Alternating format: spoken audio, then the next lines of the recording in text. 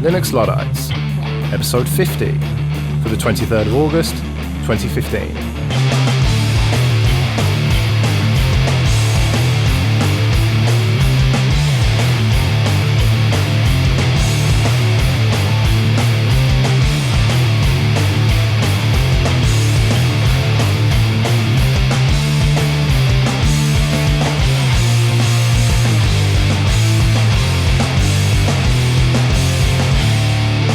Hello and welcome to Linux Luddites, the show where we try all the latest free and open source software and then decide that we like the old stuff better.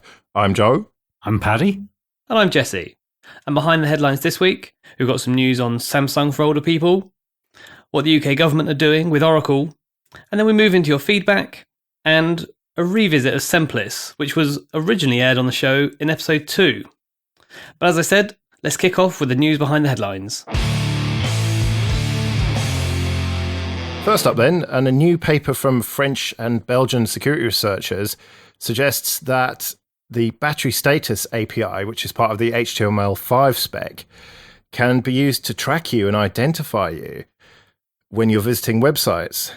Now, this I had never even considered could be a possible kind of attack vector or tracking device.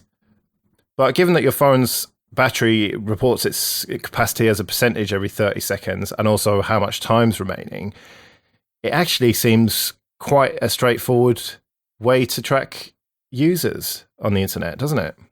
Yeah, it's just a case of having enough variables that you can specify each phone. And because there's so many gradients between fully charged and empty, and then when you're charging it and whether it's, getting a call and it's discharging more quickly and all these sorts of things, you can actually tell who's who. And like you said, it's not one that you would have thought of, but it's a way you can track people. Yeah, it got me wondering, presumably it'd work the same for a laptop as well. I mean, whether it's plugged in or whether it's discharging or charging. Again, you've got a lot of variables there. Yeah, this whole bunch of stories we're going to kick off with this show are to do with HTML kind of going beyond its remit. And I've got to wonder why this API is there. I mean, the stated reason, obviously, is that if you are running low on power, then your friendly website, can serve up lower demanding content to you. But no one's obviously going to do that. And they're not going to shut off the adverts just because you're running out of battery on your phone. So it does seem a superfluous API, really. Well, I know it's a particular bugbear of yours, Paddy, bloated code, be it web apps, as they call it, or local. And it just makes you wonder why you need to tone down websites in the first place. Surely they should be as slim and slick as possible, and you wouldn't need to take account of battery life. Yeah, and I suppose I'm being a little bit cheeky, to be honest, because obviously we run WordPress, which does serve up an awful lot of extraneous code. Yeah, but to be fair, it's not as bad as some, especially some of those sites with loads of adverts and demanding that you click through 2 or 3 pages so that they get 2 or 3 times the number of impressions. Yeah, if you think about what Jesse was saying a show or two back about the time it takes to load all the content on some of these pages. What was it, Jesse? It was minutes, wasn't it? Yeah, exactly, yeah. And we'll come on to a way I found of getting rid of some of those things with Privacy Badger later on. But the next story we've got refers to ways in which people can confirm who you are. So rather than using sort of passwords or in combination with passwords, by seeing the characteristics and the patterns that you use to type on a keyboard. And the problem is that therefore that can also be used to potentially track you. So while some sites think it's a good thing that because if you constantly are fast between certain letters and there are characteristics in the way you type, you can tell who people are. You can't ever actually change that. So it's not as good as a password. It's the same problem with fingerprints and things like this. And there's a debate going on, and I have to admit I've got myself a bit confused as to someone says he's got a extension which can remove this sort of tracking, if you will, because people can know who you are by how you type. And there's a bit of debate as to whether that's true or not. I don't think it's even just typing. I mean, I know that that's what this story's about, but I know that some capture plugins can kind of sense how your mouse is moving around, whether that seems like a person's doing it. And so presumably you could fingerprint that, and there are algorithms that can analyze it. So again, it's not something that I'd really thought much about before, but as ad blocking becomes more and more prevalent, they need to find cleverer ways to track us. Yeah, and that is a topic we're going to come back to very shortly in a future show. But continuing the theme then of problems potentially with web technologies, earlier this year, an attack dubbed Rowhammer was unveiled, and it was fairly esoteric, and I can't remember that we spoke about it on the show at the time, and it relied on a locally installed application repeatedly accessing specific memory locations at high speed, which resulted in bit flipping occurring in the memory sitting between the areas being hammered, if you like, and that allowed the exploit to happen.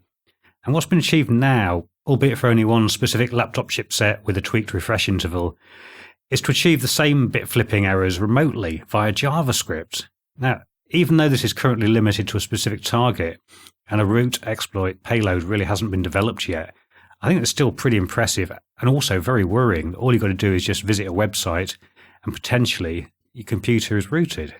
Yeah, I mean, bringing it to sort of a more easy level for me, that's what I do in my head. If I need to install something on the Raspberry Pi, I always try it on my main laptop first, and then I work out where the main errors are with Ubuntu or what have you, and then switch over to the Pi, because it's going to be more difficult there. So obviously you start on a nice, easy thing to go from the outset.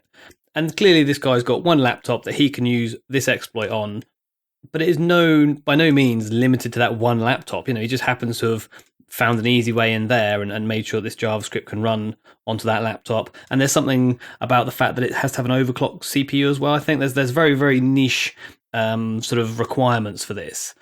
But I think you're absolutely right, Paddy. There's no reason this isn't going to be expanded and generalized. And then once it's on the web, you only need 1 or 2 computers in every 100 to have this sort of available exploit. And you cast the net wide and hope that you hit one that's got that exploit. I think the reason you put this in, Paddy, was to illustrate the fact that JavaScript has become almost too powerful now. Yeah, very much so. I mean, this whole tranche of stories is kind of indicative of the fact that the web, as it is today, isn't how we still think of it on the whole. And we think of it as just a passive medium for serving up content. And it's not. It's an active, live operating environment. Yeah, it's the increasingly blurred line between local applications and web apps. And most would argue that that's a good thing and that all you need is a decent standards compliant browser and you can have all the applications in the world and it doesn't matter what platform you're on. But things like this do make you think that we should be thinking twice about, whether we should. I hate to quote Jurassic Park, but we kind of thought about whether we could, not whether we should. Yeah, and the big problem that I see really is that with these advancements, people aren't trying to actually fix the underlying problems, but are just looking at sticking plasters. And one of those that was proposed a while back and adopted was the Do Not Track standard. The EFF have come out with a new version of that. Yeah, and I just don't really understand how it's any different. It's still optional. And like you would expect it to be, how can you possibly force a standard on commercial companies without some sort of international mandate? And this time they've teamed up with Disconnect and Adblock and DuckDuckGo, who we've spoken a little bit about in a negative light, being that they're an American company. But then in practice, I don't think a sticking plaster or a Band-Aid, as the Americans would say, is even a good analogy. It just seems totally pointless to me. If it's voluntary for websites to honor that preference that people have ticked in their browser, then it may as well not be there. It's, if anything, ticking that preference means track me because there's something interesting about me. Yeah, so the EFF have released Privacy Badger 1.0, and we've talked about this previously, and actually following our conversation on it, I have it installed and think it's quite useful. And this is a way of seeing which sort of background processes are tracking you across multiple websites. So it has a policy whereby if it sees one third-party domain tracking you on one website and then you move to another one and a third one, it will decide that domain is tracking you across multiple websites and therefore actually block it automatically without you having to do anything. It also has new updates in version 1.0, which can detect certain types of super cookies and browser fingerprints, as we discussed previously. It's got UI improvements, translations and things. And having a look at it today, trying to work out whether I'm on 1.0, which as far as I can see, is impossible to find out for the Chrome extension. You can also select, it sort of gives you a list of all of the domains and sort of third-party applications, all these sorts of things which are on each website, and you can choose to turn them off. And so I went onto the website, it loaded all those adverts and images and sort of videos that start playing, all that kind of gumph. And I looked at the privacy badger and I turned nearly everything off that had the word ad or track, whatever it is, in it. And it loaded far quicker. There weren't all the distracting videos. There were none of the images. Absolutely fantastic. So I'm going to start turning everything off. And then hopefully next time I visit that website or that domain, it won't have all this stuff coming up. So what you're saying here really is that whilst Joe was being slightly critical, and I think fairly so, of the EFF for sort of just waving their hands and introducing another version of this do not track standard, this is actually a practical step that the EFF have taken by releasing Privacy Badger. Absolutely. The only sort of downside I do see is that I think it's only available for Firefox and Chrome, which are not the biggest two browsers. I mean, they are, they are a very large portion, but you're ignoring Safari and IE, or the new one that's become. So that's quite a big chunk to miss out, I think. Now, why would someone use Privacy Badger? I mean, I span it up. Well, sorry, I say span it up. I installed the extension in Chrome. I couldn't see how I would be wanting to use it over something like Ghostery, which has got a long history. And it seems to do this strange thing where it doesn't automatically block things, and it actually has to learn what sites to block as you actually go along and browse. And the more you browse with it, the better it apparently gets. I just want something that works out of the box. What, like AdBlock? Yeah, like AdBlock, which is exactly what I run. And I can't see the advantage of Privacy Badger over AdBlock. Yeah, but the EFF aren't trying to block the adverts, are they? I mean, they say in their site, they're pro, not necessarily pro, but they don't have a problem with people showing you adverts because that's a way of financing websites. They have a problem with people who track you across multiple websites when you haven't asked to, and they haven't asked you if that's okay. So it's maybe a difference in removing adverts that you don't want to see and protecting your privacy by stopping someone from tracking you. Yeah, I'd like something that does both, please. And I think I've got it at the moment. Well, yeah, are you asking for something that isn't the Unix way? You're looking for one thing that'll do both. Oh, stop it. Surely you just want one tool for each job. I'll just stick to using links and none of this stuff comes through. Well, that's probably enough about the perils of the modern interwebs for now. But as I said, we're going to come back to the topic of advertising and how you fund all these wonderful websites in a future show. Meantime, let's move on and talk about Samsung, and specifically the fact that Samsungs are for old people. And this is a story I saw in the Daily Telegraph, and it's about Ofcom, who's the UK communications watchdog, who recently published their latest communications market report. And the report showed that around 50% of UK smartphone owners aged 16 to 34 actually own an iPhone. But as consumers got older, their attachment to Apple devices declined, so that by the time you're looking at those over age 55 or so, Samsung device ownership had crept up to the same levels as iPhone ownership. Now, there are obviously two ways to look at the data. Either that older people are simply less interested in the technology, which is a view that a lot of the other statistics in the report tend to support, or simply that they're less likely to be wowed by advertising and peer pressure into buying devices that are seen as cool and trendy rather than functionally equivalent and much cheaper options. Yeah, I think that's probably the crux of it, that they go to a phone shop or they speak to their network and they're offered some sort of Samsung for 20 quid a month or an iPhone for 45 quid a month. And they're just thinking, well, what's the difference? And to a person who doesn't really care very much and just wants to be able to do basic stuff like email and a bit of browsing of the Daily Mail, then it really doesn't make much difference. And especially as Samsungs tend to have massive screens. I know the latest iPhone, there is a bigger version of it, but it took them a long time for that to come out. And I think a lot of older people want a bigger phone. They don't want to be poking at this tiny little iPhone.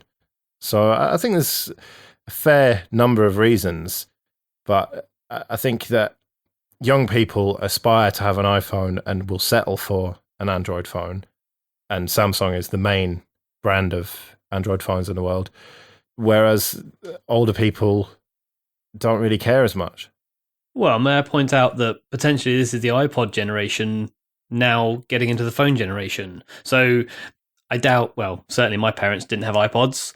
I stuck with MP3 players, but a lot of my friends, everyone who had an MP3 player, it was an iPod. You're then, just slowly getting into the Apple sort of marketplace, and then you're at the age of needing phones and things. And okay, I agree with everything you've said about advertising, peer pressure, these sorts of things, the coolness of Apple, but you're already in there because you have an iPod, and that shows that generation moving to phones. I should also point out that both my parents have Samsung phones, so this is entirely, as far as I'm concerned, factual. Yeah, well, my mum's got a Samsung S4, I think. But another fairly surprising bit of hardware news is that huge, bulky workstation laptops are selling pretty well, and of the various sections of the declining x86 machine industry, they're actually doing quite well. And we talked about it last week with those new Lenovo's that are coming out, proper certified workstations with EEC memory and everything. So it seems that Lenovo are actually onto something there then. Yeah, but the numbers they're talking about are pretty small. It's of 300,000 units in a year. Whereas, I mean, if you think about the number of actual laptop sales that are going on, that's drops in the ocean, isn't it?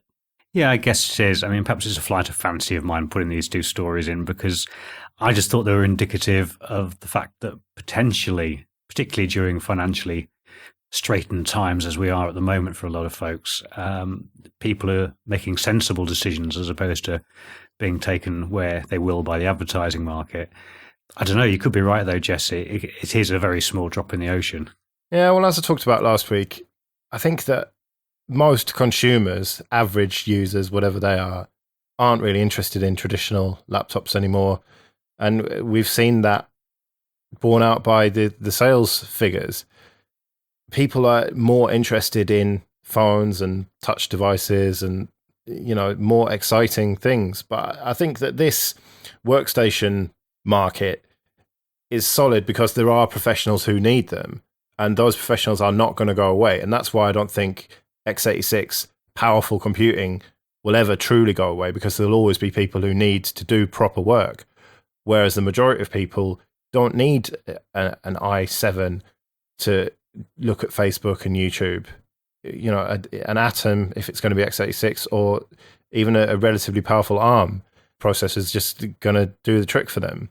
If all you're doing is content consumption and the odd little bit of document editing, which is getting easier and easier on mobile apps, then I just don't think that the majority of people are interested in a proper laptop. Yeah, I think you're absolutely right, Joe. And a classic example of that is that one of the most recent laptops I bought was a Chromebook, and I've been using that, day in, day out for just basically having a tablet with a keyboard, which is fantastic. And it's quick to boot, long battery life.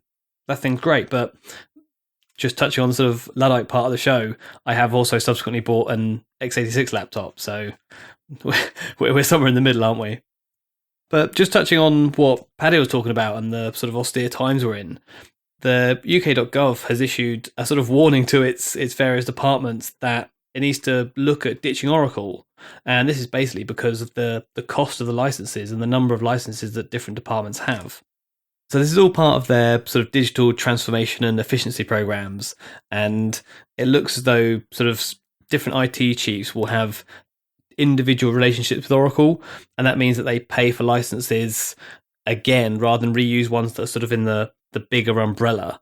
And in this article on the Register, they say that in one department, DEFRA, which is the Department for Environment, Food and Rural Affairs, has about 10,000 staff, and it has 2 million Oracle licenses, which sort of comes to about £155 per employee, which is absolutely huge. They reckon they should probably be spending about £93 per employee on all their licenses, not just the Oracle ones. So it's clearly got a bit out of hand, and it's a good thing as far as I'm concerned that the government is considering moving away from this. Let's hope they move to something a bit more open, but at least have a think about it and stop wasting so much money. I think they should stop wasting any of our money on these dirty licenses. They need to kick them out. Yes, Richard. No, but seriously, I think that it's not on to be spending taxpayers' money on proprietary software. Of course it is. I mean, if the software does what they need it to do, then they should spend that money. It's a real can of worms, this one you've opened. Because I would say it's not on spending taxpayers' money on nuclear weapons, but we've all got different opinions on what is actually value for money and necessary. Well, I mean, the question is, I suppose, from a purely pragmatic point of view, is it cheaper to use free software with no license fee attached to it and pay for the support and the transition to that in the long run? Or is it cheaper to just keep paying these licenses? Because you could always pay someone to write new equivalent software and have that under a free license. And so it's not even a case of ethics, I think. It just comes down to numbers. And someone should honestly crunch those numbers and try and get the politics out of it and the salesman out of it from these companies like Oracle and genuinely decide, okay, well, it is cheaper to use proprietary software that we're going to have to pay licenses for. I suspect it would be cheaper to go the free software route, but I would think that, wouldn't I? Being that that's what this whole show is about. Yeah, but then your civil servants wouldn't get to go to Wimbledon or the test match or whatever that the sales guys take them to.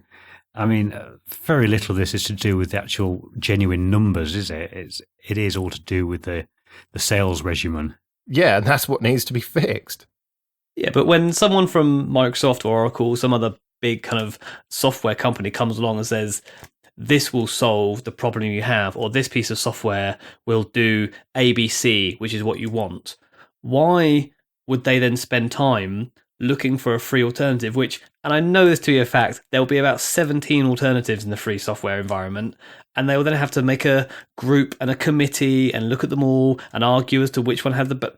Just go with the one that's there and on your doorstep and is being dealt by, okay, it's a big company, but at least you get it installed and you're off, rather than having to spend weeks and weeks and years faffing about which one you're going to use.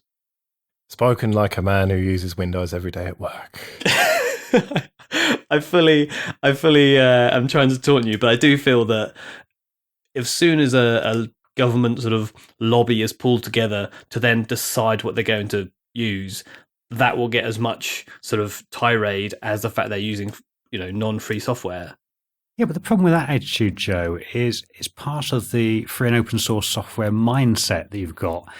And there's this lady called Mary Ann Davidson, who's the Chief Security Officer at Oracle, who recently wrote a cracking blog post that's since been pulled down. And in it, she excoriates customers who report bugs having reverse engineered Oracle's proprietary code. And this caused a huge stink on the internet, particularly obviously from the FOSS security contingent. But I've got to say, I have some sympathy for her, not sitting with my FOSS hat on, but if I am trying to run security at a proprietary software company, I can see exactly where she's coming from. Doesn't mean I agree with her that that's a good place to be, but from where she's sitting, I think she's absolutely spot on. So you're saying that if you're going to use proprietary software, like it or lump it, get what you're given, trust in them completely that they will sort out the security for it and find the bugs and fix them, and don't you worry your pretty little head about it. Or if you are going to worry your pretty little head about it, then use free software instead. Basically, yes. I think she's got a perfectly valid point. If you're using proprietary software and you're accepting the intellectual property regime that's licensed under, you haven't got rights to be poking about in it, and she has got every justification to slap you down if you do so. And as I say, it's not something I agree with. I would choose not to use proprietary software in the first place, but if you're going to, then play by the rules. Yeah, you're saying that if you accept the license, you have to accept the license. And if we don't accept proprietary licenses, then people won't accept free software licenses. And so, playing by the rules. And if you don't like the rules, then don't use the software. Yeah, I just found the reaction on the internet a little bit over the top, to be honest. I mean, I understand security researchers saying we need to look at all this stuff, and if Oracle have got bugs in that they're not fixing, then we need to point them out to them. No, you haven't. Just don't use Oracle in the first place. Yeah, fair enough. Well, Tony Malloy got in touch to point out a story entitled Commercial Software More Secure Than Open Source Finds Report. And this was the 2014 Coverity Scan open source report. And that looked at a lot of commercial software and a lot of open source software, and did static code analysis, and essentially found that commercial software is slightly more secure than open source software. Now, the whole thing seems just like they've got their troll face on and they're trying to just annoy people. Because for a start off, there's no reason why commercial software can't be open source. So I don't know if they just got the wording wrong and they're talking about proprietary software, because it's a bit of a nonsense in the first place. And I honestly think they're just trying to get attention and trying to get people like us talking about them. Can I interrupt you, though? I know where you're going, but just an aside. I've been seeing a lot of fuss about multimedia codecs recently, and Cisco have come out with something new, and they're saying it's going to be free and open, unlike the evil Google's free and open codec. And the issue there is because Google are developing a codec, even though it's free and open, people are labeling it as proprietary because it's not based on an open standard. So I know I'm dragging you away from what you're talking about, but do you find that as bizarre as I do, that simply because a single company is developing something and it's not based on a standard that's been ratified by some committee somewhere or other, that's now classed as proprietary? Well, I mean, that goes back to the Open Tech conference that Jesse and I went to, where it's almost more important to have open standards than to be open source. Because if you've got an open standard, then you can choose to use a proprietary solution or an open source solution. Yeah, and I'm not disagreeing with that, because it was something I picked up on at the time as being, I think, more important than open code is actually open formats. But no, it was the fact that when you've got open source software, it can always become a standard. The interfaces can always become a standard later because the software is open in the first place.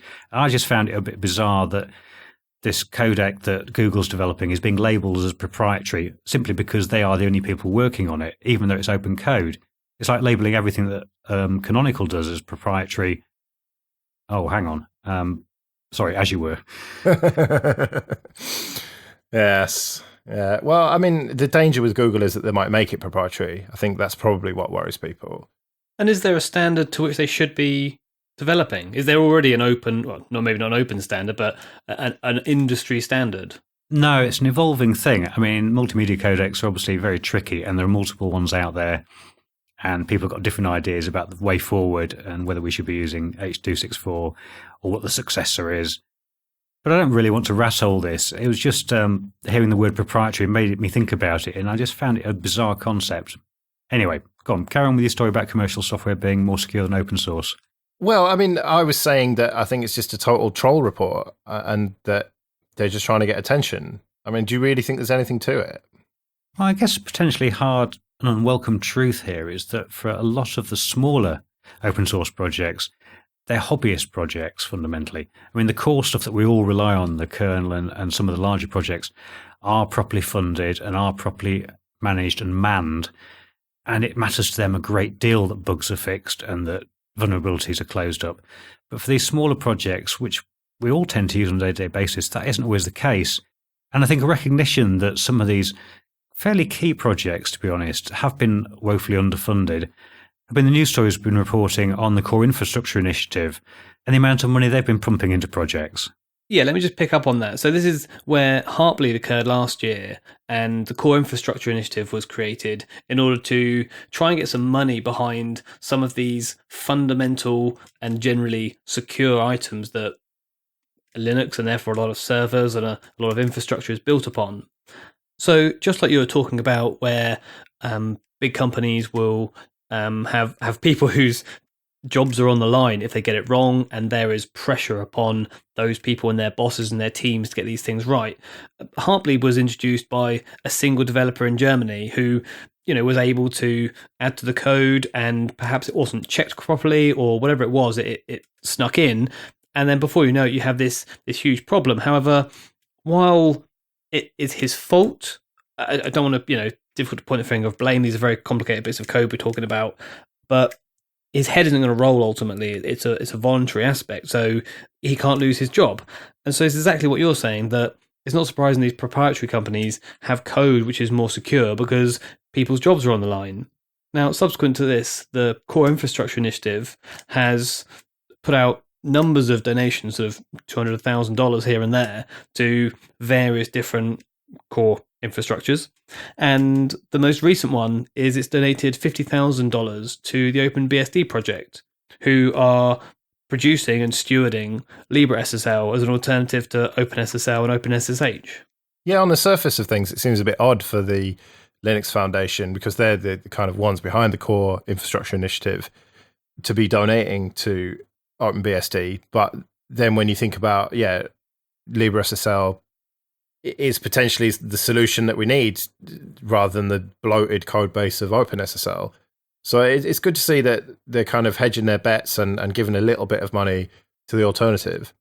Yeah, and it's not just Linux organizations doing this either, because it wasn't that long ago that Microsoft handed over a large chunk of change to the OpenBSD Foundation as well, and they became its first ever gold level contributor.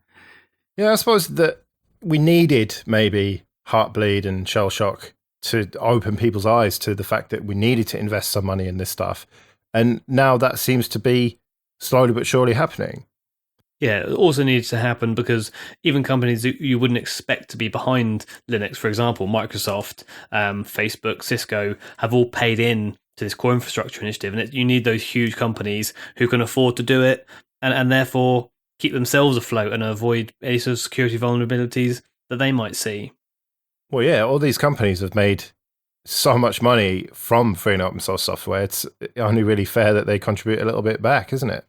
And finally, they're doing that. So hopefully they'll continue to do it, and we'll actually get some of these problems not even sorted out, but stopped before they even happen. And we round things off this time with a little bit of meta news, and that is that Joe is on yet another podcast. Yes, yet another one, the Pi Podcast. And as the name suggests, it's a podcast about the Raspberry Pi. And it's with a friend of mine, Isaac, who I've been doing the Joe Ress podcast with, and also Albert Hickey, who we interviewed on this show, or I interviewed when I went to the Egham Raspberry Jam, which he organises. He's known as Winkerlink online, and he's the one who actually knows about the Raspberry Pi, so it's good to have him on board. This is the guy who developed the mind-reading software, isn't it? Yeah, the EEG machine that you kind of strap to your head, and then you can play various things like Flappy Bird with it and control stuff. So he actually knows what he's doing. He's very knowledgeable and knows a lot of people as well. It's handy. He's sorted out some interviews going forward, so should be good. So this is a brand new show for Pi aficionados and other small board computers, as opposed to you sort of guesting on another show?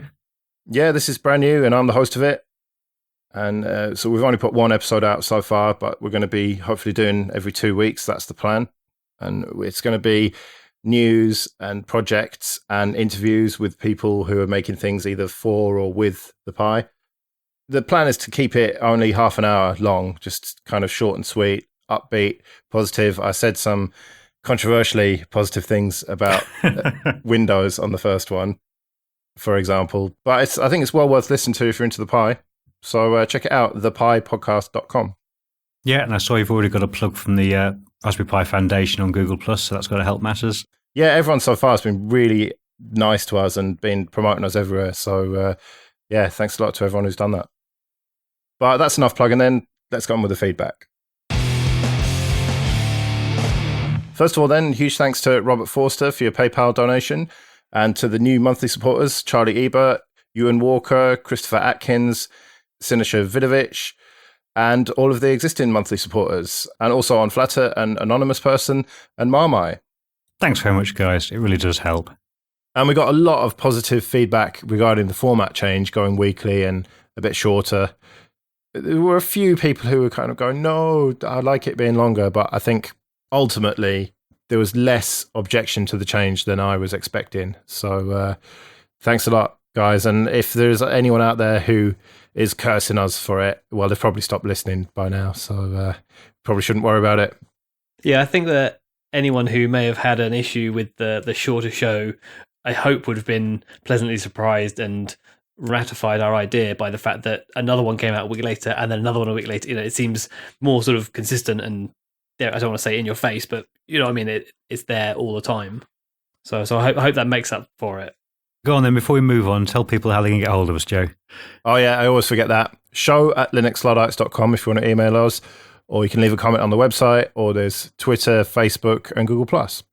We're into feedback proper then, and we talked about GitLab briefly recently. And Ivor O'Connor said, I was excited to hear you talk about GitLab, but after checking it out, there appears to be no free options. Probably the biggest reason GitHub has taken off is that it's free for all your open source work. You can even put up free static websites on GitHub with your company's CNAME pointing there. It would be nice if GitLab offered a real alternative to GitHub. Yeah, and Nathan D. Smith echoes that, saying, I know that GitLab exists, but I'm hesitant to support a company that uses proprietary relicensing. Yeah, but Campbell Barton seems quite happy with the service, and he said, GitLab seemed to have a comparable feature set to GitHub. I've moved most of my personal repos over and it seems fine. So I'd be interested to hear from someone moving a large, active project to GitLab. The main thing you miss is GitHub's large user base. Well, I must admit this is a completely alien area to me. I've never used GitHub. I don't do any sort of programming and coding. So I can only really rely on you, dear listener. So if anyone else has got any thoughts on it, then do let us know. Yeah, absolutely. Richard pointed out to us that the Android x86 4.4 R3 files are now up on SourceForge. So that was one of my criticisms when I was doing my review, or sort of first impression, in that I found it very difficult to get the R3, and I've had a look and they are indeed up there, so much easier for everyone to get them. And Alex also wrote in to say, thanks for the Over the Pint segment. One reason I really enjoy the show is its coverage of what I term philosophy of technology. Yeah, and this was in reference to the last Over a Pint we did, wasn't it, about the face of the Ubuntu community? Yes, exactly, yeah. So he goes on to say, if Canonical breaks away from the community, I think it would be a pretty damaging move for PR. But I wonder whether the Ubuntu distros, Kubuntu, Xubuntu, etc., will step up and form the community version of the distro. Well, maybe it'll end up being the Debian-based version, as we talked about last week. Or maybe even Ubuntu Mate, you never know. But Rob Landley wrote in and said, every time you start talking about corporate versus hobbyist, I keep meaning to point you to an old article series I wrote 15 years ago that might prove a useful perspective. And then Rob linked to his articles in the comments for show 47 and said that they're a little bit dated now. They are, but I think they're still worth reading. And a key takeaway from me was a line from the middle of one of the articles, which was actually about the Linux Foundation. And it read, the first goal of any institution is to preserve itself. And that really echoes comments that I've made on the show previously and explains to a large extent why organisations like the Linux Foundation don't limit themselves to doing ostensibly what their job is, but are forever looking for new avenues to explore and expand their empire. Yeah, and Mozilla springs to mind there as well. Oh, yeah, absolutely. So for anyone interested in a perspective very close to what you hear on the show, go and read Rob's writing. It's good stuff. Well, touching upon the discussion on whether you can have a usable Android experience on the desktop, Al Jahom wrote in saying, guys, if you want to see a touch, keyboard and mouse Android implementation done properly, see the Asus Transformer book TF103C. Now, I looked at a quick video on YouTube of this, kind of a review, and I couldn't see anything hugely different from, say, a Nexus 7 or a Nexus 10. You know, it's just a fairly big Android tablet that does dock into a nice-looking keyboard and touchpad, but the interface doesn't change. It's just fairly standard Android. Yeah, I think that's the key point we keep banging on about, isn't it? That to be a usable desktop, we have certain expectations, and they include windowing and decent mechanism for multitasking, and that's currently what Android is lacking. Well, we had quite a lot of feedback about various laptops, and so we'll just touch on a little bit of that. Tim Hamilton wrote on Google+, a bit of feedback on the Dell XPS 13. I have a 2014 i5 Dell XPS 13 that I've really come to like. The build quality and battery life are excellent, and I've had very few problems with the hardware support on any distro I've tried. One notable exception was a brief period during which a bug was introduced into the Intel wireless driver, causing it to not reconnect to Wi-Fi after suspend. Everything else, including the touchscreen, just works. But Charles Stell, who had originally emailed us about his XPS 13 and we asked him for a bit more information, wrote back and said, to answer your question, yes, there have been a few flies in the ointment concerning the Dell XPS 13. First is the wireless hardware, not the Intel board as in the Windows version, but the Broadcom board. As my last laptop was a Dell Inspiron 1525, I'm used to the Broadcom Shuffle. Every upgrade I had to go and install a driver. My reasoning for the expenditure on the XPS 13 was to get a machine with good enough specs to run for a few years without having to upgrade hardware. A machine that once tweaked to my desires would not need many changes and give me a reliable daily driver. I've discovered there are some audio issues as well. It seems the mini DisplayPort will not send audio. There is a workaround, but I think I'll just wait for a more permanent solution. It doesn't bother me as I don't use it for media other than photos and the odd YouTube video. The internal speakers are pretty good for an Ultrabook. Then came the Bluetooth irritation. It will pair with anything, however it will not initiate a stream. Again, there is a workaround. This one does bother me as I have planned to use a Bluetooth mouse and I'm wondering if it will work. So, now I wonder whether it will work. Please do tell us. Yeah, I wonder if the Bluetooth audio issue is just the standard one, and that's that Blue Man 1 is broken. And so if you're using a sensible desktop, the chances are you've got Blue Man 1 and that'll be why it doesn't work. But I would have thought a Bluetooth mouse would work, but yeah, that's curious. So yeah, do let us know if it does work, if you get around to trying it. So we went on to say that over the next few months, these problems should be solved for me with updates. It always seems to be this way with Dell hardware. While the screen, keyboard and battery life are very good, there are some irritations that I expect will be solved by those who have the time to dig into them. Since only the Bluetooth issue seems to be bothering me, I'm still pleased overall. Let's just say I'm willing to overlook temporary annoyances in order to avoid the other operating systems, draconian policies and security problems. So to me, it does sound like there are clearly a few issues. I wouldn't have expected Bluetooth irritations, mini DisplayPort problems, and the Broadcom shuffle, as he puts it. If you're going to buy a laptop which comes with Linux, you'd hope you'd have zero problems. You would hope so. And I've got to say, reading Charles's mail, I was a little dismayed, as much to do with his kindness and generosity, I guess, of spirit, that he's willing to overlook these things simply to be running free and open source software on it. I mean, are our expectations really in a place where we do put up with this stuff? I don't know. Obviously, our expectations are in that place. I mean, why do we put up with this sort of behaviour from manufacturers?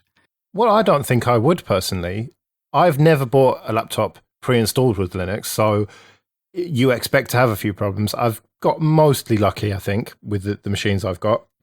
But if I bought a machine with Linux pre-installed and then it didn't work properly, I would send it back and demand my money back.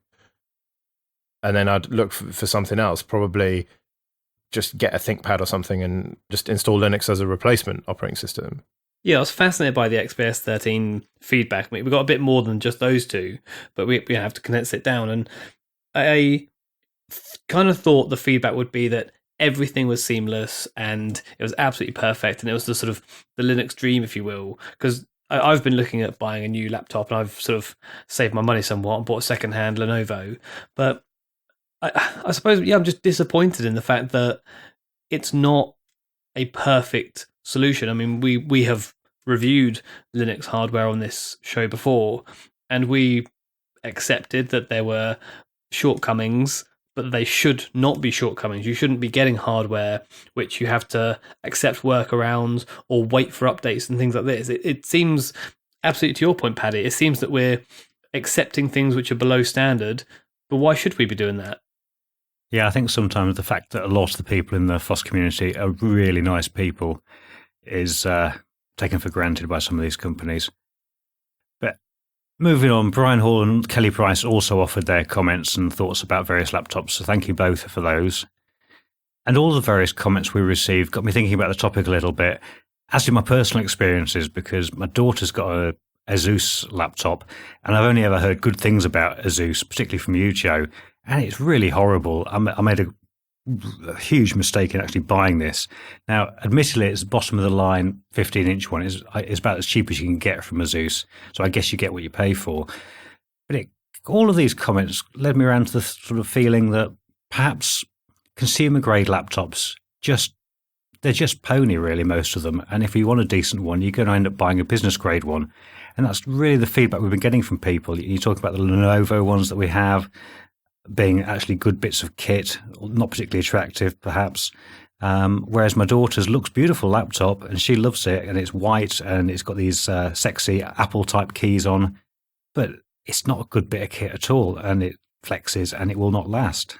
But you talking about from a sort of physical hardware point of view and the viewing angle and the feedback on the keyboard and things, or are you talking about the hardware compatibility with Linux not being good?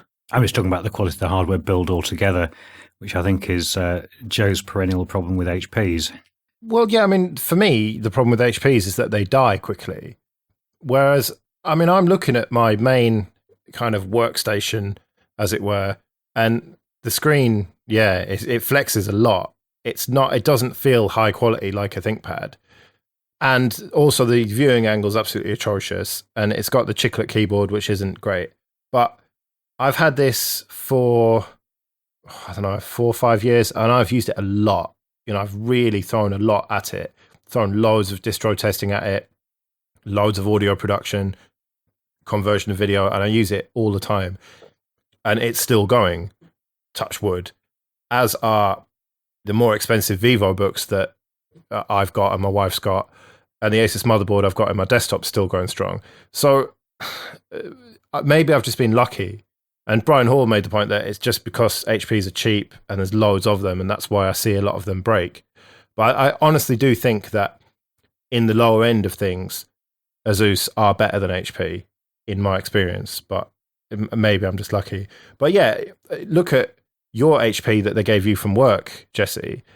You have only ever booted Linux live on it, haven't you? So you've never really experienced Linux on it because they force you to use Windows. But that is a kind of commercial grade machine, and that is really nice. And the hardware on that feels well built and like it isn't just going to die.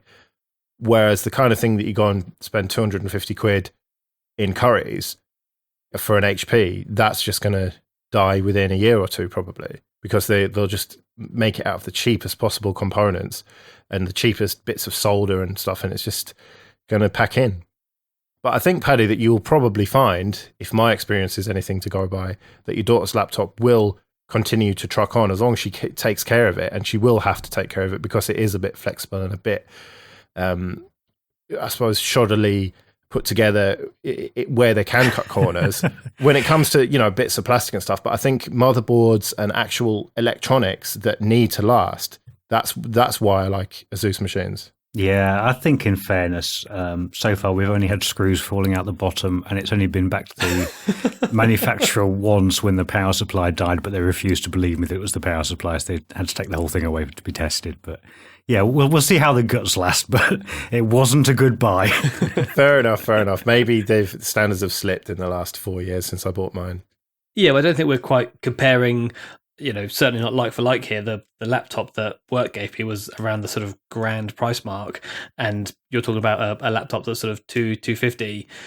So they're clearly going to be very different in just the materials alone. And my laptop was almost entirely metal, and the hardware within it would be that bit more expensive. But you certainly, I think, a lot of that money goes into the build quality. So we're not really sort of on a level playing field here at all. No, I agree with you entirely, and I'd just chalk it up to experience, to be honest. My naivety in this case.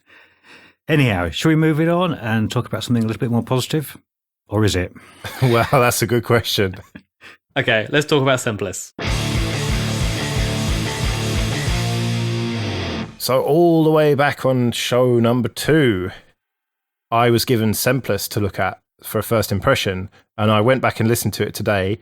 And I recommend that nobody else does that because the show was pretty bad back then.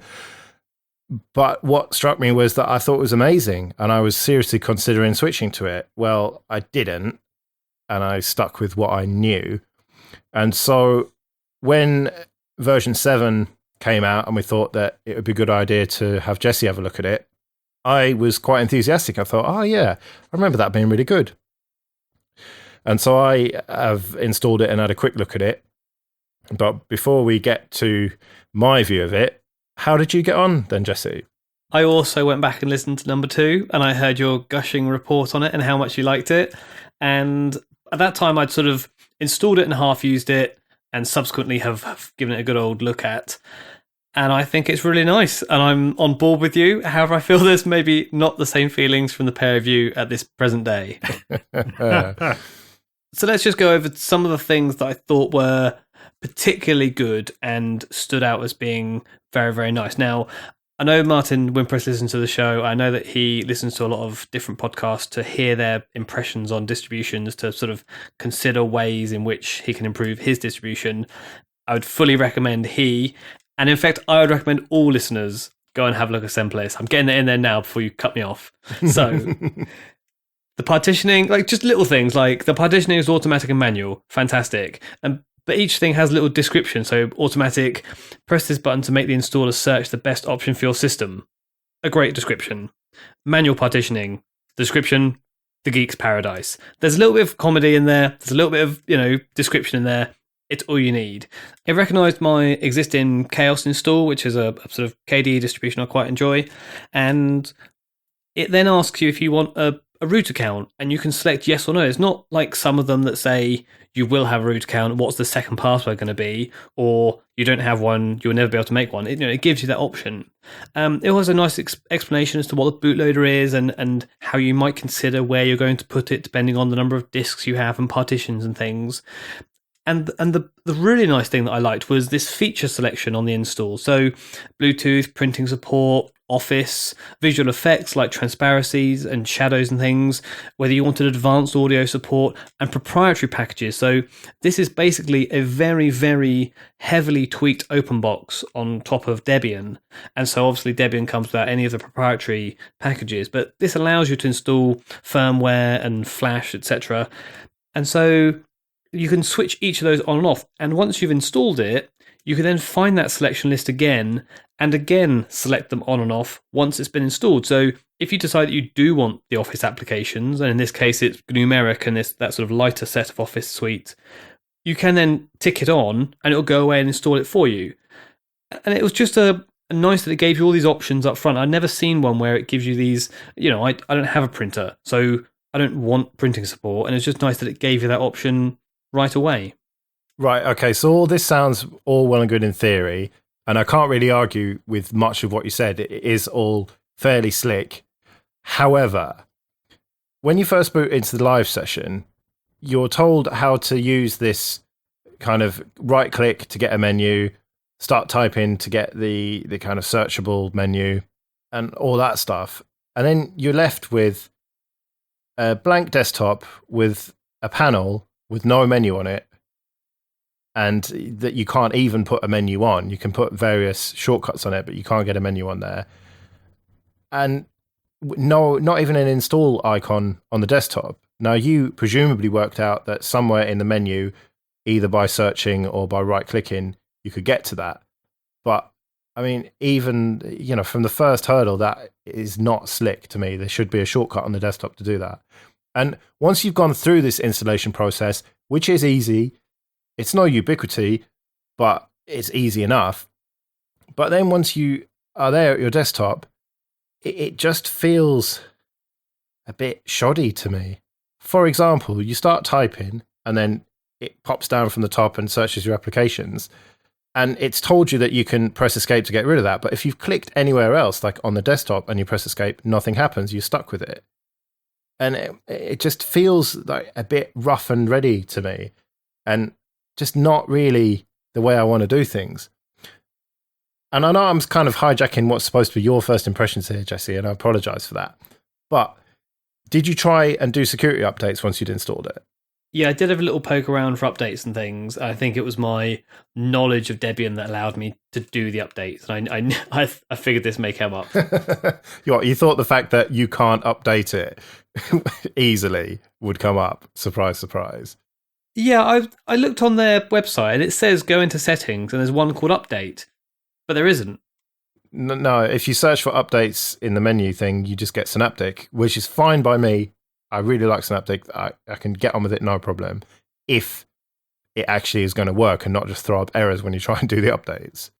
But just pulling back to the point where you're saying about the right click and the menu for typing. So I'm going to assume that many listeners have looked at an Android device from first install. And when you look at the first install or you put a new ROM on, what have you, it will say things like the screen will grey out and say, these are your folders. And the screen will grey out again and say, swipe to the left to do this and the other. And it will sort of walk you through the basic steps. And then you're left with the device to use. And when you first boot either live or you do a fresh install, a sort of a bar pop, drops down on the main desktop, and it says right click anywhere on the desktop for your menu. And so you right click, the menu pops up, and the bar goes away, and the next one comes down and says start typing to find your thing. And I've never had a distribution step me through the first, those sort of unique items. So for example, if you're in Unity, how do you know to press the start button or the super user to select your typable, that sort of stupid thing that pops up? In fact, why do you need to press a button? Why don't you just start typing like this one does? And it walks you through. Your argument that it doesn't have a menu in the corner is neither here nor there, because it's right click for the menu. It's the same as Fluxbox. It is OpenBox. So of course it's a right click menu anywhere on the screen. Yeah, but how hard would it have been to have a menu that you could click in the bottom left or wherever you want to put your panel, or press a button to bring it up? It just seems a bit strange that you have to minimize everything, get back to your desktop, and then start typing. Because if you've got another window open and you start typing, then you're typing in that window. So there's no quick way. You have to get rid of everything to start again. And it just seems like a complete waste of time when you could just have a menu down in the corner where it should be. And I'm not saying that it should be necessarily just a hierarchical menu. I know that Paddy still loves them, but I've come to like a searchable menu. But you just put it down there where it belongs. Don't try and change it for the sake of it. Yeah, but you can right click on the panel. I'm not going to completely undermine your entire argument, because you can right click on the panel. The panel's always there. Yes, but you can't get to the searchable menu that way.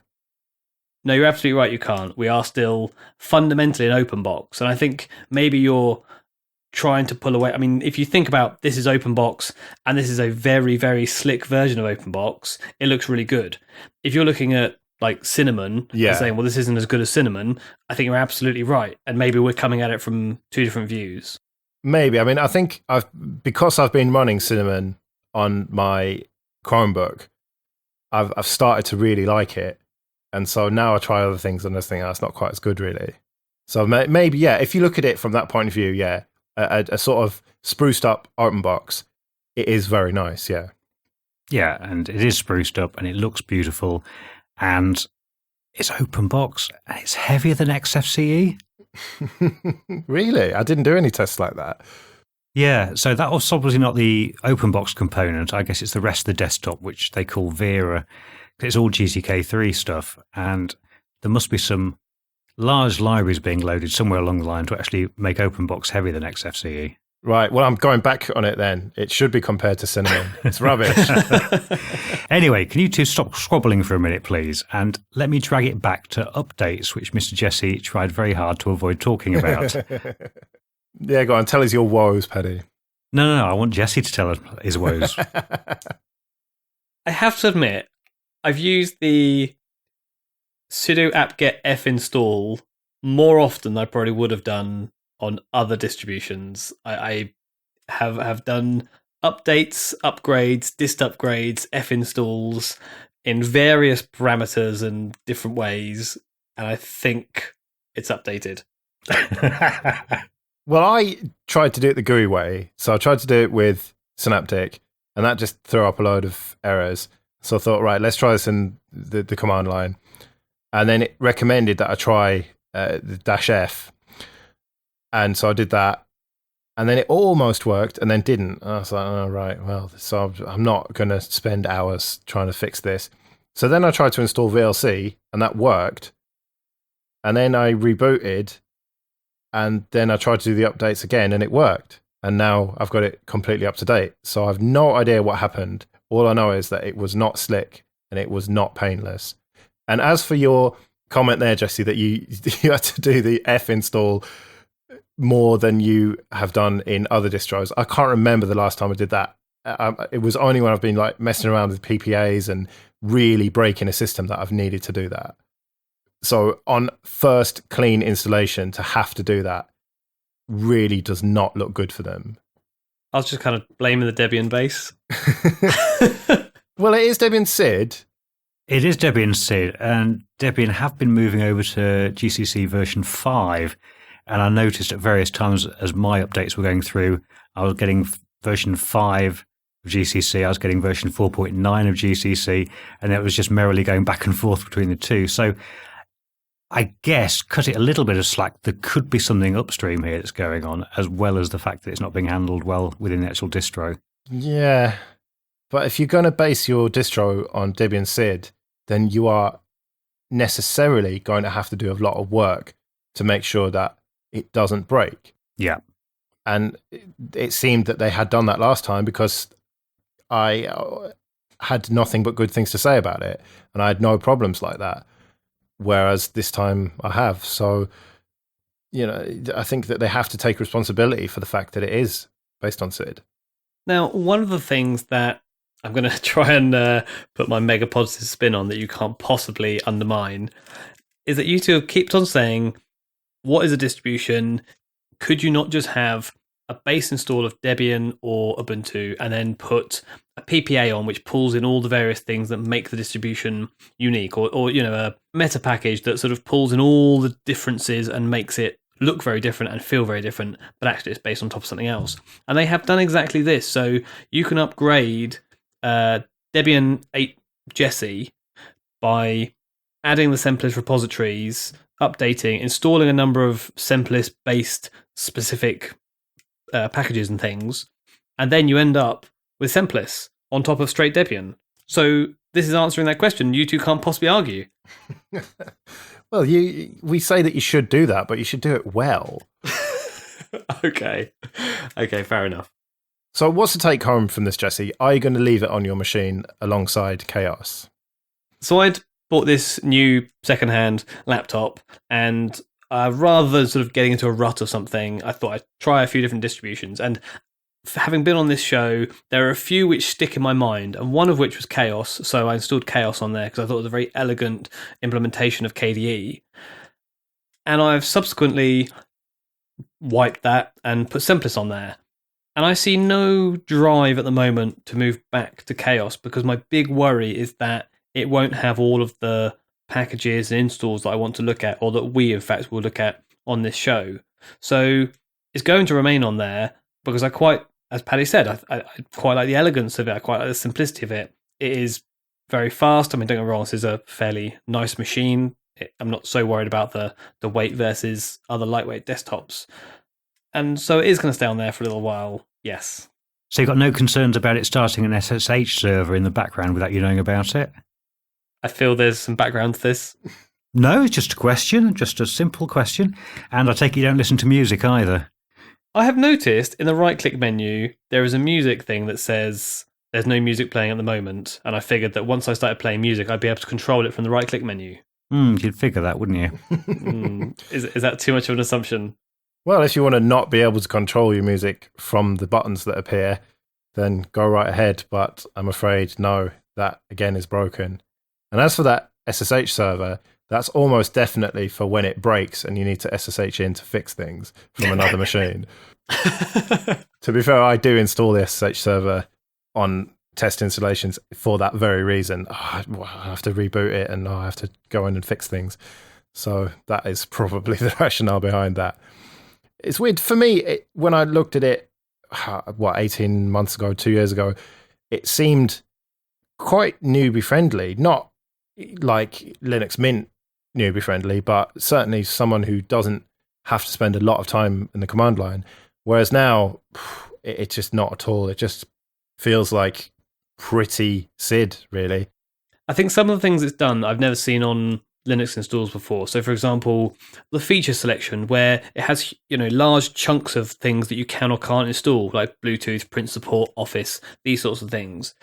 Also, the way that it introduces you to what is, I agree, a fairly unfamiliar idea of right-clicking on the desktop or on the taskbar and being able to type straight away and getting to the applications you want without having to sort of press start menu or on these sorts of things. But also, for example, when you close a terminal, it says closing this terminal may well stop a program from running. Are you sure you want to do this? And you can either say, don't remind me again, or say, don't remind me again, but do remind me if there's a running process. So it gives you those sort of options, and it just, okay, maybe it's not honed to the sort of perfection that we're talking about when we're comparing it with Ubuntu, Mint, Fedora, these sorts of things. But they certainly have sat down and stepped back a little bit and thought about the way in which they're going to go through things. And I genuinely think it is different in more ways than the average Debian derivative. Well, we'll see next time we get together to record whether you've still got it and whether you're still so positive about it. Somehow I think that you might not be. But with that, we're coming to the end of another Linux Luddites. You can email us at show@linuxluddites.com. Find us on Twitter or the Google Plus and Facebook communities, or leave a comment on the website. Thanks for joining me, Paddy and Jesse, and thanks to everyone for listening. We'll see you again next week for more Linux news, reviews, comment, and generally being grumpy. Goodbye, everybody. Bye all. See you later.